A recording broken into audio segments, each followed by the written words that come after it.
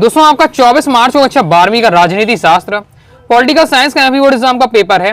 लगातार दोस्तों मैं आपको तैयारी कराते जा रहा हूं, इसलिए आपको पहले ही 2 अंकी वाले महाप्रश्न बता दिए, 3 अंकी वाले बताते जा रहा हूं। साथ ही हम क्या वस्तुनिष्ठ भी देखते जा रहे हैं।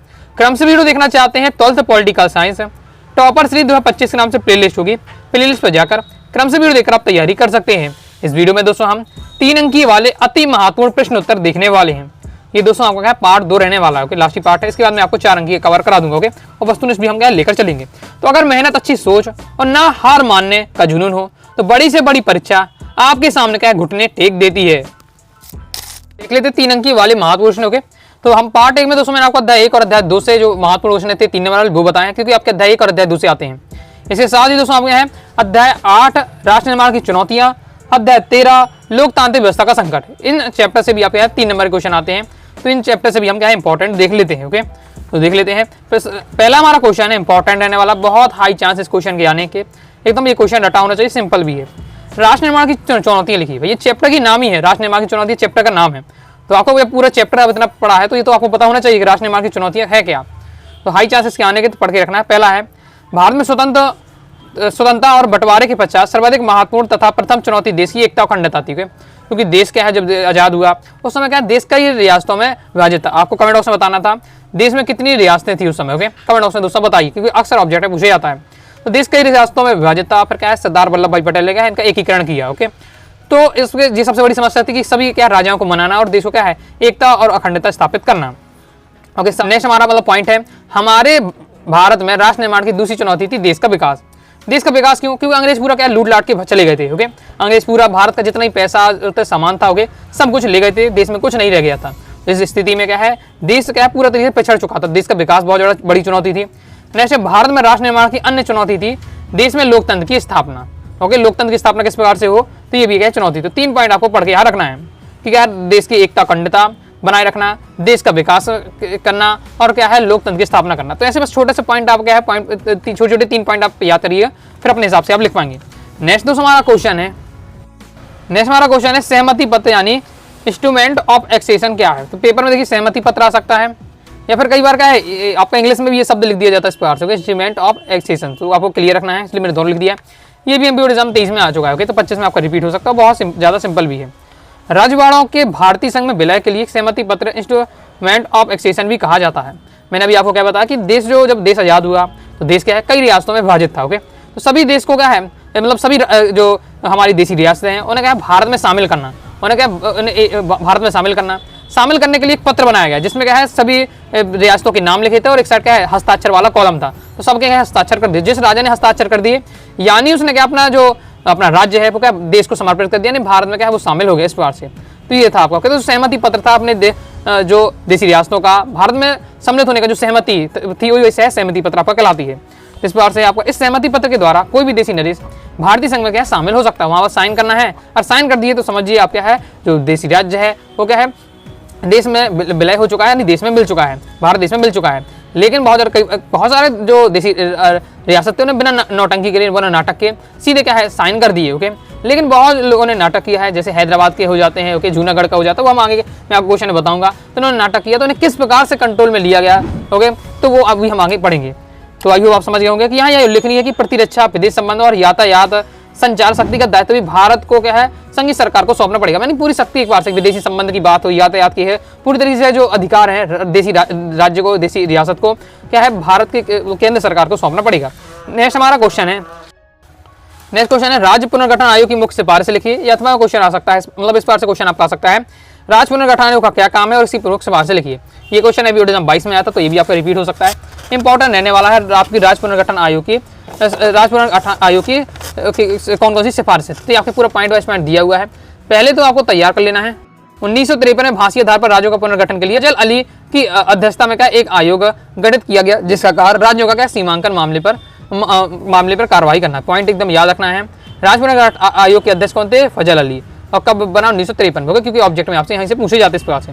प्रमुख सिफारिश इस प्रकार से दी है, इस सिफारिश तो दी गई है, लेकिन मैंने आपको क्या है वही सिफारिशें मैंने बताई जा रही हैं जिनको क्या है राज्य पुनर्गठन आयोग की सरकार जो द्वारा स्वीकृत सिफारिश है। और भी सिफारिशें दी हुई बहुत सारी, लेकिन जो मेन जो सिफारिशें दी सरकार ने क्या है स्वीकृत की, यानी सरकार ने बातें मानी, वो यहाँ मैन बताई जा रही थी। एक बार क्या अच्छे से आपको पढ़ लेना है, ये आपका दिया हुआ। ओके, 3 से 4 या 7 पॉइंट दिए हैं, 3 से 4 पॉइंट भी आपको तैयार करके रखना है। नेक्स्ट हमारा 200 क्वेश्चन है, देसी रियासतों के विलीनीकरण की क्या आवश्यकता थी। तो देसी रियासतों को क्या है, मतलब देसी रियासतों को भारत में सम्मिलित किया गया। ओके, सरदार वल्लभ भाई पटेल ने में योगदान था इनका। ओके, तो सभी देसी रियासतों को क्या भारत में सम्मिलित किया गया, विलीनीकरण किया गया। तो क्यों जरूरी था, क्यों जरूरी था? तो मेन इसका आंसर आपके देश की एकता और अखंडता के लिए जरूरी था। नहीं तो क्या इतने सारे फिर क्या है, सब अपने अपने राज्य बना लेते, अपने अपने क्या है राज्य नहीं, अपने अपने सब देश तक बना लेते हो, तो ये बहुत दिक्कत हो जाती है। तो ये पूरा आपको बताया जा रहा है कि हालांकि देसी रियासतों के नरेश अपने विशेष अधिकारों के प्रति जागरूक रहते थे और अपनी संप्रभुता का दावा करते थे, लेकिन व्यवहार में इसका तात्पर्य जनसाधारण पर निरंकुश एवं स्वेच्छाचारी शासन भी था। यदि ब्रिटिश राजकुमार के प्रति समर्पित सभी 565 रियासत थी, अभी मैं पूछ रहा था, 565 देसी रियासतों को स्वतंत्र अस्तित्व में क्या अनुमति दी जाती, तो क्या भारतीय आजादी का कोई अर्थ नहीं ले जाता। यानी अंग्रेजी बहुत होशियार, अंग्रेजों ने कह दिया कि भैया आपको क्या, जैसे भारत और पाकिस्तान में भी जब क्या भारत जो क्या है पाकिस्तान में भी टूट गया था, भारत पाकिस्तान के मतलब पूरे भारत के क्या दो टुकड़े हो गए थे, पाकिस्तान बन गया अलग। तो अंग्रेज भी होशियार, अंग्रेजों ने कह दिया जिन देसी रियासतों को भारत में शामिल होना है तो भारत में शामिल हो जाओ, पाकिस्तान में शामिल होना पाकिस्तान में शामिल हो जाओ, लेकिन अगर आप चाहते कि भारत के साथ शामिल होना ना पाकिस्तान के साथ, हमें अपना एक अलग ही देश बनाना है, अलग ही देश बनाना है। तो अंग्रेजी ने वो भी ऑप्शन दी, 3 ऑप्शन दे दिए। अब मान लीजिए सब कुछ चाहता कि मैं अपना अलग देश बनाऊं, अपना अलग रहूं, ओके, तो 565 अगर छोड़ देते, ओके, इन सब देसी रियासतों को, ये सब 565 देश बन जाते, तो देश की आजादी का फिर मतलब क्या हो गया? सब देखा है इतने सारे देश बन जाते, मतलब पूरा देश का क्या विभाजन हो जाता है, देश के छोटे छोटे टुकड़े हो जाते हुए, फिर क्या है जो आजादी हमने इतनी मेहनत की आजादी के लिए वो कुछ मतलब नहीं निकलता। ओके, तो वही यहाँ बातें बताई जा रही हैं, पढ़ लीजिएगा। ओके, समझ, जैसे मैं समझा रहा हूँ इस बार समझ के रखते हैं, अपनी लैंग्वेज में यहाँ आराम से आप लिख पाएंगे। नेक्स्ट हमारा 200 क्वेश्चन है, भारत में हैदराबाद के विलीनीकरण पर लेख लिखिए, या हैदराबाद रियासत में के भारत में मिले आई समस्याओं का विषय में लिखिए। यानी मैंने बताया कि 565 देसी रियासत है, तो बहुत सारी देसी रियासत अपने क्या है उन्होंने आसानी से, ओके, उन्होंने कहा कि भाई भारत में शामिल हो जाओ, आसानी से क्या उन्होंने आपका जो सहमति पत्र उसमें साइन कर दिया, शामिल हो गए। लेकिन बहुत सारे जो है, जैसे आपका हैदराबाद हो गया, मेन जूनागढ़ हो गया, ओके, तो इन्होंने क्या है नौटंकी की है। वही पूछा जा रहा कि कौन कौन सी समस्याएं कि हैदराबाद को इतनी आसानी से इन्होंने साइन नहीं किया, तो किस तरीके से इन्हें क्या है देश में मिलाया गया। ओके, तो वो यहाँ बातें बताई जा रही हैं, तो आपको अच्छे से तैयारी। लेकिन आप क्या है प्योरिज्म 24 में आ चुका है, लेकिन फिर भी आपको पढ़ के रखना है, कहानी के रूप में पढ़ लीजिएगा। ये हैदराबाद का भारत में विलीनीकरण, 35% हिंदू तो जनसंख्या वाले, देखिए हैदराबाद में क्या है मुस्लिम संख्या ज्यादा थी, हिंदू वाले की जनसंख्या कम थी, इसलिए वो क्या है पाकिस्तान में शामिल होना चाहता था। ओके, तो हैदराबाद अब हैदराबाद जबकि क्या है मैंने भारत में है, बीच में जो कहाँ पाकिस्तान है, ओके, तो मुश्किल ही पड़ जाता। ओके, तो हैदराबाद की आबादी क्या है 140 करोड़ थी, भारत की सबसे बड़ी देसी रियासत हैदराबाद में विश्व का सबसे बड़े पैसे वाले शासक निजाम उस्मान अली की इच्छा थी रियासत का स्वतंत्र दस्ते बनाना। हाँ, ये पाकिस्तान में शामिल नहीं होना चाहते, ये अपना स्वतंत्र बनाना चाहते कि हम अपना स्वतंत्र देश बनाएं। और मैंने इतना क्यों कर रहे थे, क्योंकि बहुत ज्यादा ये अमीर वाली थी, ओके, जो वहाँ के उस्मान अली थे, वहाँ के जो निजाम थे बहुत ज्यादा पैसे वाले थे अन्य रियासतों की अपेक्षा। हैदराबाद के भारत में विलय का क्या विरोधी शक्तियों कि रियासत के गए फौजों में वृद्धि तथा गुपचुप तरीकों से हथियार का आयात करके भारत पर दबाव बनाना चाहता था। तो हैदराबाद ने सोचा कि भारत में पता है कि हमसे जबरदस्ती करेगा, तो हैदराबाद के जो निजाम है उन्होंने क्या है धीरे से क्या अपनी सेना बढ़ाना स्टार्ट कर दिया, हथियार लाना स्टार्ट कर दिया, ताकि क्या भारत से हम क्या भारत पर दबाव डाल सके कि हमें अकेले रहना है, ओके, स्वतंत्र रहना है। लेकिन रियासत के लोगों ने कम्युनिस्ट और हैदराबाद कांग्रेस के सहयोग के निजाम के विरुद्ध क्या आंदोलन प्रारंभ कर दिया। लेकिन वहाँ के बहुत सारे जो कम्युनिटी जैसे कांग्रेस कम्युनिटी भी थी, तो उन्होंने क्या विरोध कर दिया कि हमें क्या है अलग नहीं रहना, मैं तो भारत के साथ रहना है। ओके, अपने विरुद्ध बढ़ते इस आंदोलन को कुचलने के लिए निजाम ने क्या अर्धसैन्य जैसे रजाकार कहते हैं रवाना किया। यानी उनकी जो सेना थी जैसे रजाकार बोला करते हैं, उनको क्या रवाना कर दिया कि जो भी क्या है हमारे विरुद्ध बात करे, ओके, जो भी कहा कि हमें भारत में मिलना है उसको सीधे निपटा दो इस टाइप से। इन सांप्रदायिक अत्याचारी और रजाकारों ने गैर मुसलमानों पर भारी अत्याचारी घटना किया है। मतलब जो गैर मुसलमान थे यानी जो हिंदू लोग थे उन पर क्या है उन्होंने क्या परेशान करना स्टार्ट कर दिया, क्योंकि जो निजाम था वही मुस्लिम था, जो उसके पूरे सैनिक थे वही सब मुस्लिम थे। ओके, जब भारत ने देखा कि वहाँ के लोगों को परेशान किया जा रहा है, ओके, और ये क्या देश में शामिल भी नहीं हो रहे, तो तब क्या है भारत सरकार ने अपनी क्या सेना भेजी। और जब सेना भेजी तो हैदराबाद के निजाम उस्मान अली थे वो समझ गए कि हमें जीत तो पाना नहीं है, ओके, तो इसलिए फिर उन्होंने क्या है आत्मसमर्पण कर दिया और क्या है देश में शामिल हो गए। इस प्रकार से कहानी रहने वाली बिल्कुल सिंपल है, कहानी के रूप में याद रखिए। नेक्स्ट हमारा है मणिपुर रियासत के विलय किस प्रकार संपन्न हुए। मणिपुर भी डायरेक्ट शामिल नहीं हुआ, जैसे हैदराबाद का ये सिस्टम था, ओके, हैदराबाद डायरेक्ट शामिल नहीं हो रहा था, ओके, इसलिए इसी प्रकार मणिपुर भी रियासत क्या है देश में अच्छे से शामिल नहीं हो रहा था। ओके, तो इसका किस प्रकार से विलय किया गया, एमपी ओडिशा 22 में आया था, रिपीट हो सकता है, तो अच्छे से सभी आपको तैयार कर लीजिएगा। और याद रखना है आपका महाराजा है बोधचंद्र सिंह थे। ओके, अब इसी यही क्वेश्चन आपका क्या है एमपी बोर्ड एग्जाम किस में आ चुका है, एमपी बोर्ड एग्जाम अभी 24 में आपको आया था। ओके, कि मणिपुर के राजा तो अंत तो महाराजा बोधचंद्र सिंह थे। ओके, तो इसी बार से जो क्वेश्चन आंसर के बीच से आपके ऑब्जेक्ट बन जाते हैं, तो अच्छे से पढ़ा करिएगा, तो आपसे क्या ऑब्जेक्टिव बहुत सारे ऐसे ही बन जाएंगे। ओके, तो अच्छे से आपको तैयार करना, जिस हिसाब से जैसा पेपर में लिखना है उसी हिसाब से मैंने दिया होगा। ओके, द्विराष्ट्र के सिद्धांत क्या है, ओके, शॉर्ट में दिया है, थोड़ा और भी आप पढ़ सकते हैं। पहले आपका द्विराष्ट्र सिद्धांत होता है कि दो राष्ट्रों में से किसी भी एक राष्ट्र का बट जाना। ओके, यह परिस्थिति अंग्रेजों द्वारा स्वतंत्रता पहले उत्पन्न की गई थी। उन्होंने भारत देश को क्या दो हिस्सों में बांट दिया। द्विराष्ट्र का मतलब है कि एक राष्ट्र का दो टुकड़ों में टूट जाना, यानी जैसे अपना जो भारत था दो टुकड़ों में टूट गया, एक भारत और पाकिस्तान बन गया। और ये क्या अंग्रेजों की इससे पूरी चाल थी। ओके, भारत और पाकिस्तान जबकि दोनों और अलग अलग धर्मों के लोग रहते थे, उनके बंटवारे के पीछे क्या यही था कि क्या फूट डालो और राज करो। ओके, आगे नेक्स्ट हमारा क्वेश्चन है, तो ये जूनागढ़ का ही मैंने बताया, तो ये इसके हाई चांस है। ओके, जूनागढ़ वाले हाई चांस है। जूनागढ़ के शासक द्वारा पाकिस्तान में मिलने में असफल प्रयास किया गया। ओके, मतलब क्या बताया जा रहा है कि जूनागढ़ के जो राजा थे वो क्या कहाँ मिलना चाहते थे भैया, वो पाकिस्तान में शामिल होना चाहते हैं। हैदराबाद के जो निजाम थे वो अलग रहना चाहते थे, अपना अलग स्वतंत्र देश बनाना चाहते थे, जबकि जूनागढ़ के जो शासक थे वो पाकिस्तान में मिलना चाहते थे। ओके, अब कहाँ देखिए जूनागढ़, कहाँ गुजरात के पास जूनागढ़, और कहाँ है आपका पाकिस्तान, तो वो पॉसिबल भी नहीं था मिलना। ओके, तो फिर जूनागढ़ को कैसे शामिल किया गया, तो वो बातें यहाँ पूछी जा रही है। तो देखिए जूनागढ़ वाला, मणिपुर वाला और आपका हैदराबाद वाला, तीनों इंपॉर्टेंट है, पढ़ के आपको रखना है। तो जूनागढ़ को किस पार से मिलाया गया, गुजरात के दक्षिण पश्चिमी किनारे पर स्थित जूनागढ़ एक देसी राजवाड़ा है। इसमें मनसबदार, बाबरियां बार और मंगरोल जागरी सम्मिलित हैं। हालांकि जूनागढ़ का नवाब महाबत खान पाकिस्तान में शामिल होना चाहता था, लेकिन वहां रहने वाले 80% गैर इस्लामी लोग की वजह से सरदार वल्लभ भाई पटेल भारत में मिलाना चाहते थे।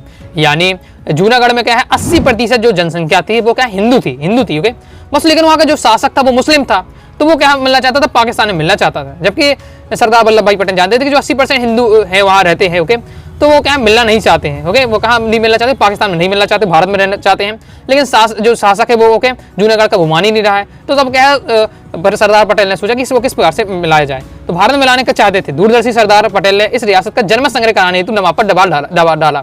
यानी उन्होंने क्या दिमाग लगाया, जानते हैं कि ओके 80% लोग यानी 100 लोग रहते, तो मान लीजिए उसमें 80 लोग क्या हिंदू हैं और वो क्या भारत में रहना चाहते हैं। ये सरदार पटेल जी समझ गए थे। ओके, तो उन्होंने कहा कि जन्म संग्रह कराओ, अपनी न चलाओ कि ओके क्या हमें क्या पाकिस्तान में रहना है।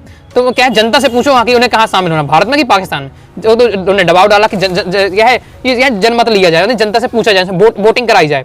ओके, तो नवाब के न नुकुर करने पर गृहमंत्री ने जूनागढ़ पर 3 जागीरों पर बलपूर्वक कब्जा कर लिया। तो क्या शासक भी जानता था जो वहाँ का जूनागढ़ का था कि हमें क्या है अगर वो जो जनता हमारी वो भारत में मिलना चाहती है, इसलिए नानुकुर यानी उन्हें मना कर दिया। तो जबरदस्ती क्या है आप गृहमंत्री पटेल जी ने क्या किया, जबरदस्ती वहाँ का कब्जा कर लिया।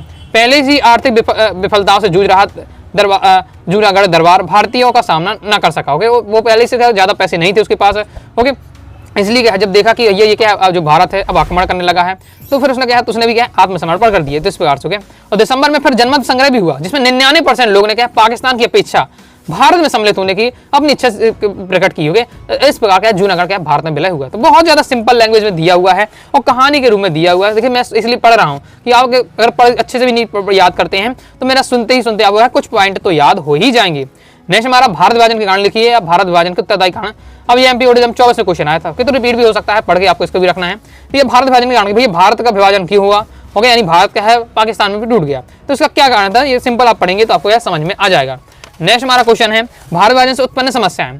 इंपॉर्टेंट कि भारत का विभाजन तो हो गया वो ठीक है, लेकिन उससे कौन कौन सी समस्याओं का सामना करना पड़ा भारत के लोगों को। तो कौन कौन सी समस्या का सामना करना पड़ा, जो आगे शरणार्थी थे भारत के वो कपड़े भोजन आवास ने समस्या का सामना करना पड़ा। शरणार्थियों द्वारा अपने देश को छोड़ी गई संपत्ति की क्षतिपूर्ति की समस्या आ गई। ओके मतलब जैसे आप भारत में जो व्यक्ति है वो पाकिस्तान में चला गया तो उसकी जो भारत में जमीन थी, जमीन जायदाद थी वो यहीं छोड़ गई, उसके वो जमीन तो अपने साथ ले नहीं जाएगा पाकिस्तान। ओके इस प्रकार से जो पाकिस्तान से भारत में आए तो उनकी पाकिस्तान के एरिया में जमीन थी, इस प्रकार से उन्होंने क्या है एक बार से उनकी संपत्ति की क्षतिपूर्ति हुई। ओके मतलब उनकी क्षति हो गई, फिर वो सरकार से कहा कि हमारा क्या क्षतिपूर्ति करो, तो उसकी भी समस्या हुई कि सरकार कैसे इतने सारे लोगों को पैसा दे पाओगे। राज्य की संपत्ति को बंटवारे की समस्या आ गई, नहरों में रहे मतलब कि जो भारत का पैसा है वो क्या पाकिस्तान को भी कुछ देना पड़ेगा उस प्रकार से। नहरों में क्या है नहर थी उसका पानी का बंटवारा कैसे हो भारत पाकिस्तान में, इसकी भी समस्या आ गई। भारत और पाकिस्तान के बीच क्या सीमा विवाद हो गया, तो ये सब क्या है समस्या उत्पन्न हुई थी, बिल्कुल सिंपल दिया हुआ है। आगे नेक्स्ट हमारा अध्याय 13 है लोकतांत्रिक व्यवस्था का संकट। यहाँ से दोस्तों आपका 3 नंबर का यहाँ से भी क्वेश्चन बनता है, तो यहाँ से भी हम देखने वाले होंगे, ज्यादा क्वेश्चन नहीं 5-6 क्वेश्चन यहाँ से भी है, तो पढ़ के आपको रखना है। बाकी आगे बढ़ने से पहले बताना चाहूंगा पीडीएफ मटेरियल लेना चाहते हैं तो आप ले सकते हैं पॉलिटिकल साइंस के कोर्स को ज्वाइन करके। All chapter important question answer, all chapter objective question answer, previous year paper, model paper, साथ ही आपको 2 अंक की 3 अंक की इस प्रकार से भी आपको क्वेश्चन दिए जाएंगे। जो भी आपका मटेरियल रहेगा पीडीएफ मटेरियल रहेगा, कम समय आप तैयारी कर पाएंगे। ओके और बार बार अपने हिसाब से रिवीजन कर पाएंगे। 90 39 53 40 79 दिए व्हाट्सएप में मैसेज करके आप कोर्स को ज्वाइन कर सकते हैं। फीस की हम बात करें 199 रुपये रहने वाली है, लेकिन बहुत सारे ऐसे विद्यार्थी हैं जो लगातार कहते हैं सर क्या इतना फीस नहीं दे पा रहे होंगे, कुछ कम कर दीजिए, तो सीधे मैंने आपको 50% ऑफ कर दिया होगा, क्योंकि मैं चाहता हूं कि आपके पास पीडीएफ मटेरियल तो आप आसानी से तैयारी कर सके, तो सीधे मैंने 50% ऑफ कर दिया है। 99 रुपये में पूरा आपको क्या है कोर्स दिया जा रहा है, तो आप क्या है अगर लेना चाहते हैं तो अब जस्ट आप क्या है अभी आपको ले लेना है, क्योंकि पूरा आपको क्या कोर्स 99 रुपये में दिया जा रहा है। नेक्स्ट हम देख लेते हैं क्वेश्चन हमारा। पहला हमारा क्वेश्चन है आपका, आपातकाल के दौरान गठित सहायक जांच आयोग के क्या निष्कर्ष थे, लिखिए। एमपी बोर्ड एग्जाम 22 में ये क्वेश्चन आपका आया था, इंपॉर्टेंट रहने वाला है। तो ये आपका जो सहायक जांच आयोग है ये है क्या, तो आपको पता है इंदिरा गांधी जी ने आपातकाल क्या लागू कर दिया। आपातकाल लागू कर दिया था तो क्या लोगों को है बहुत इसमें क्या है, लोगों को परेशानी का सामना करना पड़ा। बहुत सारे नियम कानून बदल दिए इंदिरा गांधी ने, अपने हिसाब से सब नियम बना लिए होंगे। इस प्रकार से लोगों को जो विपक्षी नेता थे उन्हें सबको क्या जेल में डाल दिया था। तो बहुत सारे इस प्रकार के उन्होंने काम किया आपातकाल के समय। तो जब क्या है, जब आगे सरकार बनी होगी, जब क्या है, जब आपातकाल हटा दोबारा चुनाव हुए, तो अब इंदिरा गांधी की सरकार हारी जाएगी, क्योंकि क्या है इतने सारे अत्याचार किए। इसके बाद फिर क्या है, जब जनता पार्टी की नई सरकार बनी तो उन्होंने क्या है सहायक जांच आयोग बनाया। क्यों बनाया था कि आपातकाल में क्या क्या ये सब हुए, ओके, इसके दौरान मतलब आपातकाल की क्या घटनाएं थी उसके ऊपर क्या है जांच करने के लिए ये आयोग बनाया गया। तो आयोग आप समझ गए होंगे कि सहायक जांच आयोग क्या था। तो पूरा जो बात मैंने आपको बताई है वही चीजें यहाँ दी हुई है, तो एक बार आपको पढ़ लेना है। वो जैसे मैंने आपको बातें मैं तैयार करके रखना हूँ उसी बार से आपको है पढ़ के आप समझ के रखिएगा, अपनी लैंग्वेज में आप लिख सकते हो। नेक्स्ट हमारा क्वेश्चन है, ये भी आपके आने के हाई चांस है। आपातकाल के कोई 3 परिणाम लिखिए। एमपी बोर्ड एग्जाम 23 में आया तो रिपीट हो सकता है। आपातकाल होइए लगा तो क्या क्या इसके परिणाम हुए। पहला क्या हुआ कि आपातकाल के दौरान चुनाव स्थगित कर दी गए और नागरिक अधिकार को समाप्त करके मनमानी की गई। यानी जैसे ही आपातकाल लगता है तो नागरिक अधिकार जो है समाप्त कर ही दिए जाते हैं, और साथ ही नागरिक अधिकार समाप्त करने के बाद उन्होंने क्या अपनी मनमानी की और चुनाव को भी उन्होंने मना कर दिया, ओके, इसलिए कि चुनाव भी नहीं करवाए, चुनाव की डेट आगे खिसका दी। इस बार से तत्कालीन प्रधानमंत्री जो इंदिरा गांधी थी, उनके पुत्र जो संजय के नेतृत्व में बड़े विशाल पैमाने में पुरुषों की जबरन नसबंदी कराई गई। पुरुषों को जबरन नसबंदी करा दी गई। भैया ने को क्या है, जनसंख्या नियंत्रण करनी थी, जनसंख्या नियंत्रण करने। ये कौन सा तरीका है जनसंख्या नियंत्रण करने का? लोगों को जनसंख्या नियंत्रण करने के लिए हम क्या है लगातार पढ़ते हैं, ठीक है, कि लोगों को जागरूक करना चाहिए। ओके, जनसंख्या नियंत्रण किस प्रकार से कर सकते हैं, कई सारे तरीके होते हैं, लेकिन नसबंदी वाला तो सबसे बेकार तरीका है। तो ये भी किया गया, तो इससे लोगों को क्या है, लोग इससे ही भड़क उठे। श्रीमती इंदिरा गांधी ने राजनीतिक विरोधियों को बंदी बनाकर कारागार में डाल दिया और मीडिया तथा प्रेस पर क्या कठोर प्रतिबंध लगा दी। मैंने आपको समझाया था 2 नंबर में प्रेस सेंसरशिप समझाया, तो वही आपको बताया जा रहा है। अब देखिए, जो मैंने आपको सबसे पहले क्वेश्चन में समझाया तो वही बात है, देखिए बताया जा रहा है। तो पहला क्वेश्चन ही वही है, दूसरे क्वेश्चन भी वही है, बस यार थोड़ा क्या पॉइंट वाइज पॉइंट बता दिया। तो मैं क्या बता रहा हूँ कि लगभग जो टॉपिक होते हैं एक दूसरे कनेक्ट होते हैं। अगर आप टॉपिक को अच्छे से समझ लेते हैं, बातें समझ लेते हैं, किस टाइप का क्वेश्चन आता है, किस टाइप को आपको लिखना है, ये बस आपको बात ध्यान रखनी पड़ेगी। हर क्वेश्चन एक दूसरे कनेक्ट रहता है, एक क्वेश्चन का दूसरे में भी आप सेट कर सकते हैं अगर आप अच्छे से नॉलेज रहता है। नेक्स्ट हमारा क्वेश्चन है, आपातकाल के कोई 3 सबक लिखिए। आपातकाल हो गया, हमें से क्या सीख मिलती है, ये पूछा जा रहा है। एमपी बोर्ड एग्जाम 23 में आ चुका, 24 में लगातार आया है आपका, 25 में भी आपका आ जाएगा, पढ़ के आपको इसे भी रखना है। तो 3 पॉइंट तो आपको रखना है। 3 सबक कौन कौन से? देखिए, एमपी बोर्ड एग्जाम जो 24 में आया था ये 2 नंबर में आया था, ओके, और एमपी बोर्ड एग्जाम 23 में 3 नंबर का आया था। तो देख लेते आपातकाल के सबक कौन कौन से। लोकतंत्र में विपक्ष का महत्वपूर्ण स्थान था तथा विरोधी दलों ने जन साधारण के सहयोग से तानाशाही प्रभावी अंकुश लगाया। यानी आपातकाल का सबक क्या हुआ कि जो क्या है, जब आपातकाल हटा, चुनाव हुए तो इंदिरा गांधी की सरकार हार गई, ओके, कांग्रेस हार गई, ओके, और जनता पार्टी वहाँ जीत गई। तो ये एक सबक हुआ कि जनता होती है, जनता बहुत ज़्यादा समझदार है, परेशान किया जाएगा तो क्या है तुरंत वह सरकार को हटा देगी। तो ये हमें सबक मिलता है। नागरिकों के मूल अधिकार की सुरक्षा के विशेषता अभिव्यक्ति की स्वतंत्रता की विशेषता उपयोगिता है तथा इसकी रक्षा समुचित उपाय की जानी जरूरी है। यानी कोई भी कंडीशन हो लेकिन व्यक्ति से उसकी अभिव्यक्ति की जो स्वतंत्रता होती है वो नहीं छीनी चाहिए। ये बातें यहाँ क्लियर होती हैं। यदि लोकतंत्र की रक्षा की जानी है तो शासन के 3 अंग कार्यपालिका, न्यायपालिका, विधायिका में क्या है संतुलन बनाए रखना बहुत ज्यादा जरूरी है। तो ये बातें बताई जा रही है।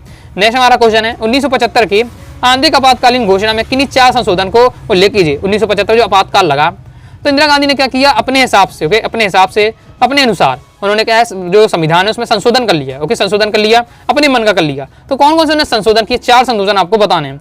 पढ़ लीजिएगा, आपको समझ में आ जाएगा। बहुत ज्यादा इंपॉर्टेंट आपका ये रहने वाला है, तो अच्छे से आपको क्या है तैयार करके रखना है। ये आपको दिया है, पढ़ लीजिएगा और तो आपको चीजें आपको यहाँ समझ में आ जाएंगी।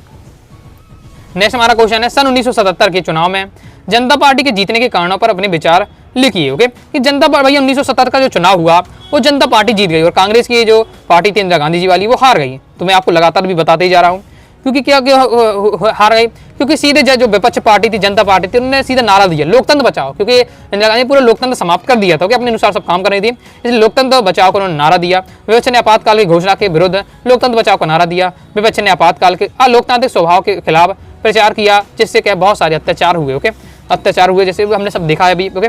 जनता की राय में को अपने समर्थन में लेने के लिए विपक्ष का निवारण निरोध व प्रेस सेंसरशिप को क्या उजागर करने की कोशिश की। यानी उन्होंने क्या है अपनी उनकी जो सच्चाई है लोगों के सामने ना आ पाए, इसलिए उन्होंने क्या है निवारण निरोध का सिस्टम ला दिया। अब निवारण निरोध क्या है 2 नंबर में समझाता।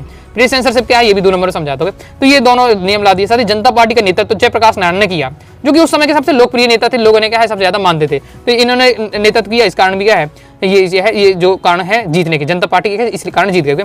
ऐसे किन कारण, देखिए सब क्वेश्चन में आपको बता रहा हूँ, मैंने एक ही टॉपिक आपको बार बार समझाते जा रहा हूँ और आप देख रहे हैं उसी जो टॉपिक मैं आपको एक बार समझा चुका हूँ, उसी से सबका क्वेश्चन बना है। एक आध आप जो मैं कंसेप्ट बता रहा हूँ पढ़ लेते हैं तो हर क्वेश्चन आपको सेट हो जाएगा। फिर किन कारणों से 1980 के मध्यवर्ती चुनाव कराने पड़े। 1980 में दोबारा मध्यवर्ती चुनाव हुए तो क्या क्या कारण हुए, तो क्या है 1980 के मध्यवर्ती चुनाव में सबसे बड़ा कारण है जनता पार्टी सरकार की अस्थिरता। देखिए जनता पार्टी में क्या है कई सारे गठबंधन भी बने हुए थे, तो इनमें क्या अस्थिरता थी, जिनमें क्या है 1977 के चुनाव में जीत गए लेकिन ज्यादा इनकी सरकार नहीं जीत पाई और क्या है 1980 में इनकी सरकार गिर गई।